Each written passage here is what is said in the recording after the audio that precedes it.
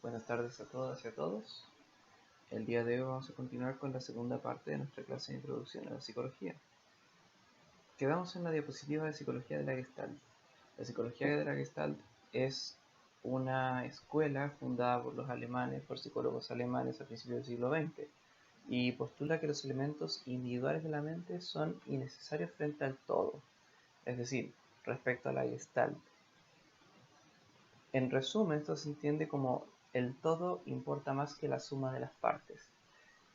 La Gestalt se empeña por entender cómo el sujeto, cómo la mente del sujeto se interesa por completar, formar, seguir y completar una imagen o el entorno que lo rodea. Generalmente nosotros, cuando vemos un objeto a la mitad, inmediatamente podemos asociar la figura completa, ¿no? O de repente en una multitud podemos destacar una figura entre medio de la multitud o una persona entre medio de la multitud.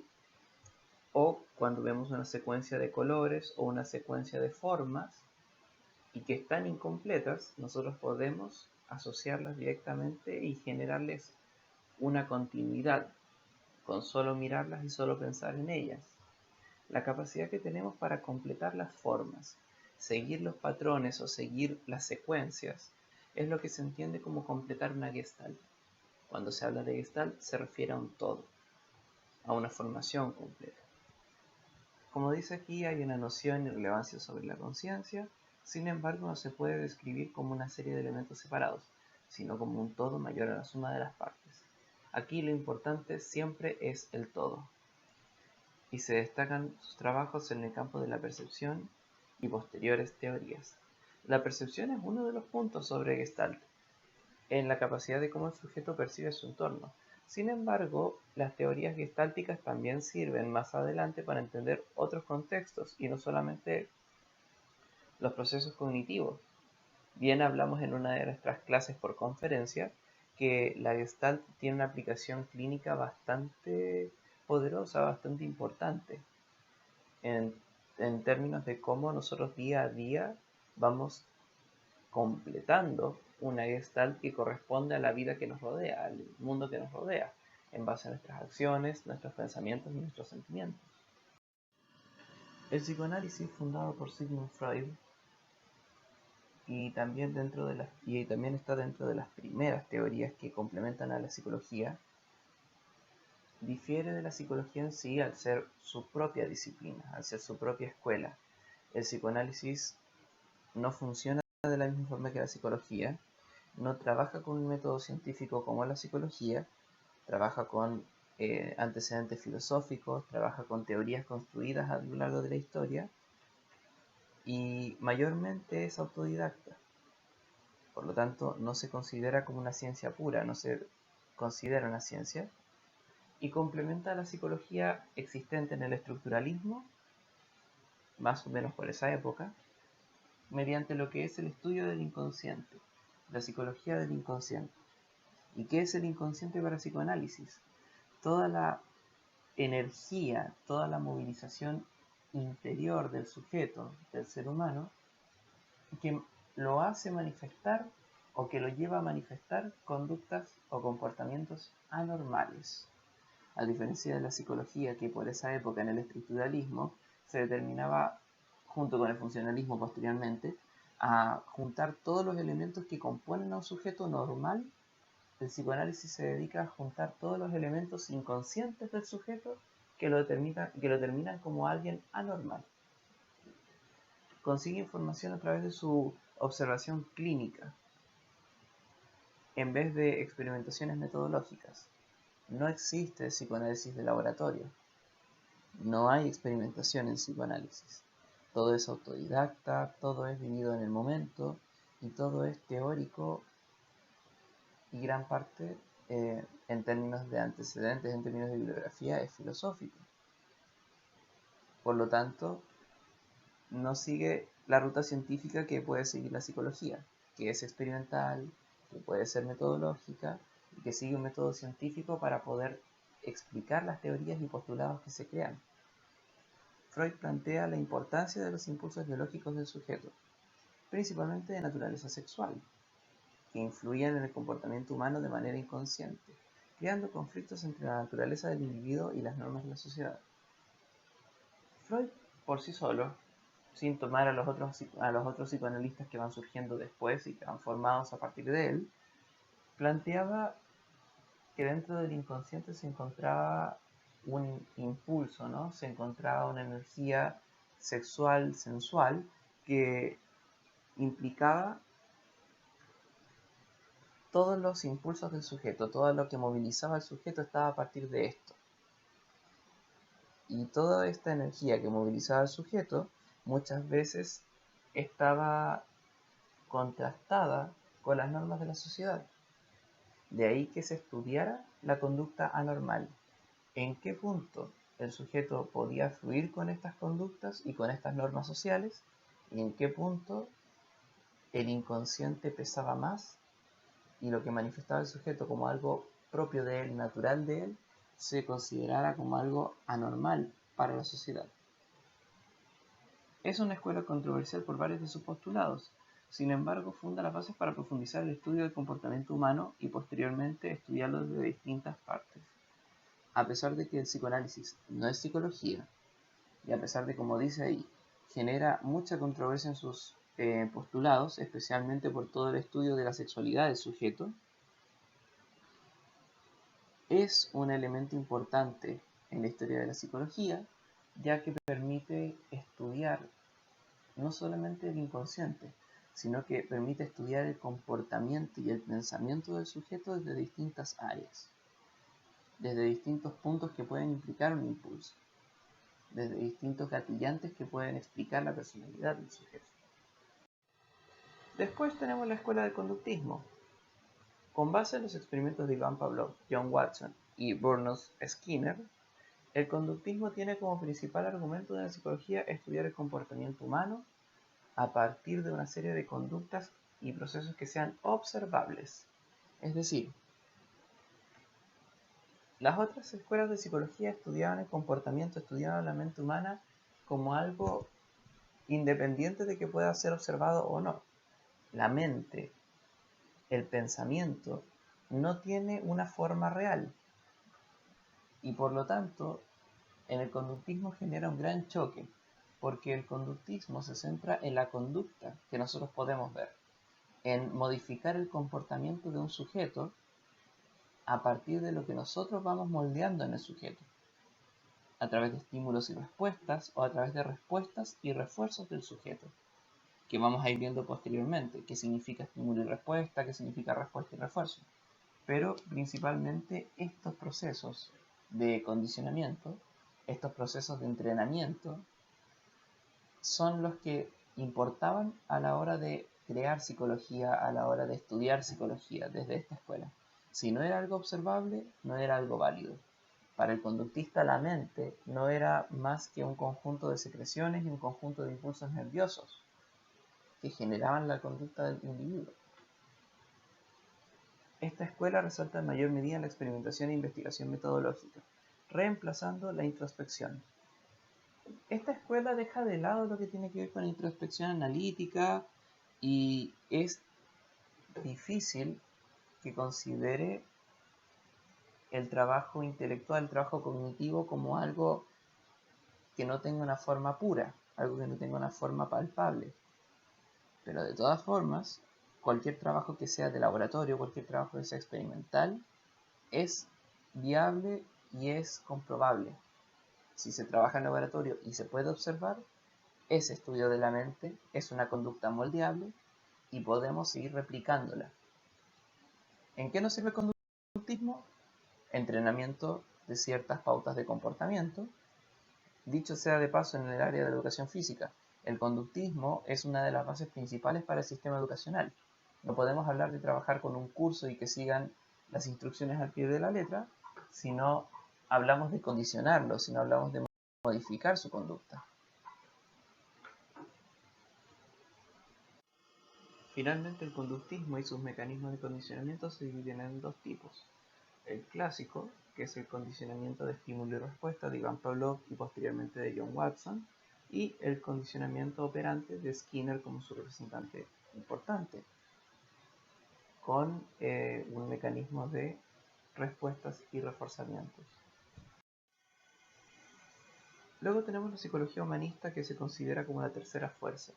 ¿Por qué la tercera fuerza? Porque surge en un periodo donde las escuelas de psicología dominantes para trabajo clínico y teorías posteriores son el psicoanálisis y el conductismo. Y la psicología humanista surge como tercera fuerza, presentando una nueva teoría y presentando un nuevo enfoque que no tiene que ver ni en las conductas observables del conductismo, ni en sus técnicas de entrenamiento, ni tampoco tiene que ver con la conducta anormal e inconsciente del psicoanálisis, sino que tiene que hablar sobre el humanismo y las experiencias y sensaciones más humanas, las emociones, lo vivido por el sujeto, aquello por lo cual él siente y necesita superarse día a día. Hay múltiples teorías, hay múltiples escuelas que contribuyen al movimiento humanista. Y dentro de ellos, sus exponentes más importantes son Abraham Maslow y Carl Rogers. El punto más fuerte del movimiento humanista está en la manera en la que se percibe la experiencia del sujeto. El humanismo se centra en que el sujeto entienda que la experiencia más importante es la del presente, e incluso si tiene un problema a partir del pasado, se evalúa desde cómo le afecta en el presente y cómo tiene que encontrar la manera de vivir y ser funcional con las experiencias que vive, independiente de que sean experiencias que a lo mejor no son placenteras, pero todas tienen un lado funcional, un lado útil, y se le impulsa a trabajar con esto, a vivir de manera armoniosa con esto.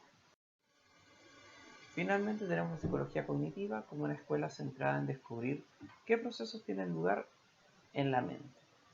La psicología cognitiva, por sí sola, se centra en el estudio de pautas de comportamiento. ¿Qué conducta nos interesa aquí? La que se formula a partir de la forma de pensamiento del sujeto. ¿Y qué está detrás de la forma en la que el sujeto piensa? Los procesos cognitivos de atención, percepción, memoria, pensamiento, lenguaje, recuerdos. Todos estos elementos se estudian y se traducen en cómo el sujeto obtiene información y la va procesando poco a poco, hasta que logra almacenarla y recuperarla cuando haga falta.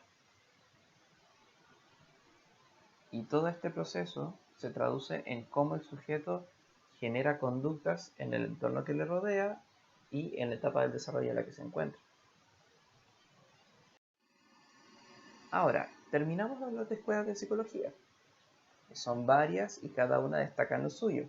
Pero así como hay escuelas de psicología que destacan en lo suyo, también tenemos que ver la relevancia del desarrollo de las escuelas de psicología. Hay muchos tipos de áreas de psicología, ¿no? Aquí tenemos algunas que son importantes y vamos a ver que hay varias que no están mencionadas aquí, pero que también son igual de importantes como el antecedente.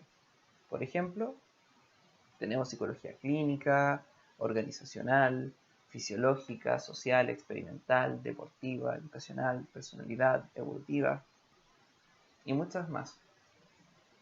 Lo importante de esto es que vayamos destacando de qué sirve cada una de estas áreas, por qué son un área de especialidad, por qué no son psicología por sí sola.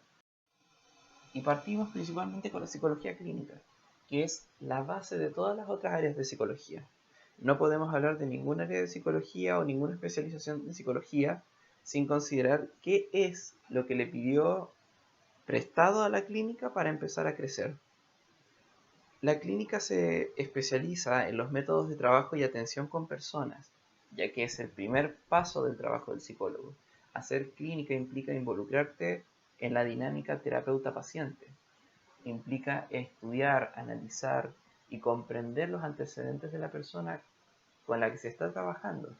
A partir de esa comprensión, a partir de esa interacción con el sujeto, realizar análisis clínicos, realizar apreciaciones diagnósticas y postular una vía de tratamiento, un proceso de psicoterapia. Por lo tanto, la psicología clínica comparte el mismo proceso de la medicina, en este caso la psiquiatría, en términos de postular un tratamiento, sugerir un proceso de intervención, con la diferencia de que el psiquiatra, como dice el texto, está licenciado en medicina.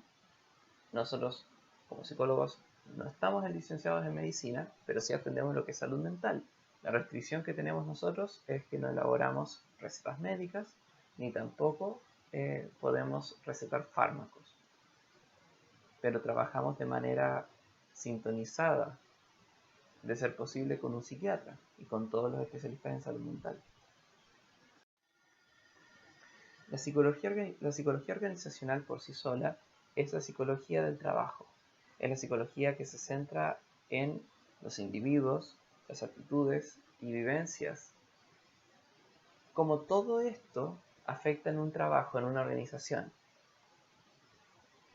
El psicólogo organizacional se especializa en que todo lo que ocurra dentro de una empresa permita mejorar los estándares de la misma. No se puede ignorar ningún fenómeno que perjudique a los trabajadores ni al clima laboral en sí. Junto con eso, también se encuentra la evaluación de todas las competencias relacionadas con el área de trabajo. La capacidad de evaluación de sujetos para verificar si son aptos para un cargo o no. Después tenemos la psicología educacional, que históricamente tiene la controversia de que presenta una gran similitud entre la psicología clínica, la psicología experimental y la psicometría, ya que toma todos estos elementos para poder formarse en lo que tiene que ver con el área educacional. Es decir, la psicología educacional por sí sola tiene el propósito de mejorar el clima escolar y todo lo que tiene que ver con la capacidad de aprendizaje del alumno.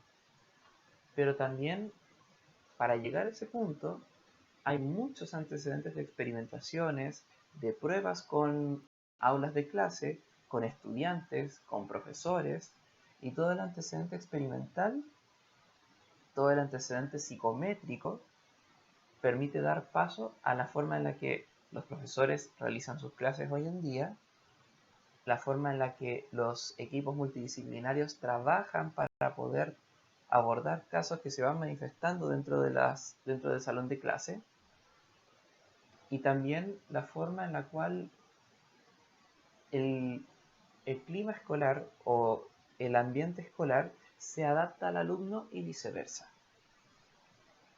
Todo lo que se trabaja hoy en día para poder mejorar las condiciones de un alumno dentro de la escuela surge a partir de la psicología educacional, como también todo lo que se trabaja hoy en día para mejorar las condiciones de vida y las condiciones de trabajo de los profesores y todos los directivos y resto de profesionales que están dentro de un establecimiento educacional.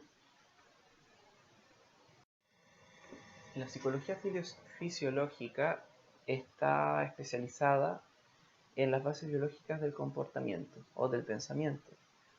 Todo lo que a nosotros nos ocurre tiene una base biológica. Y aparte de todos los estudios que pueden hacer biólogos, neurocientíficos, neurofisiólogos, etc., los psicólogos también están metidos de por medio.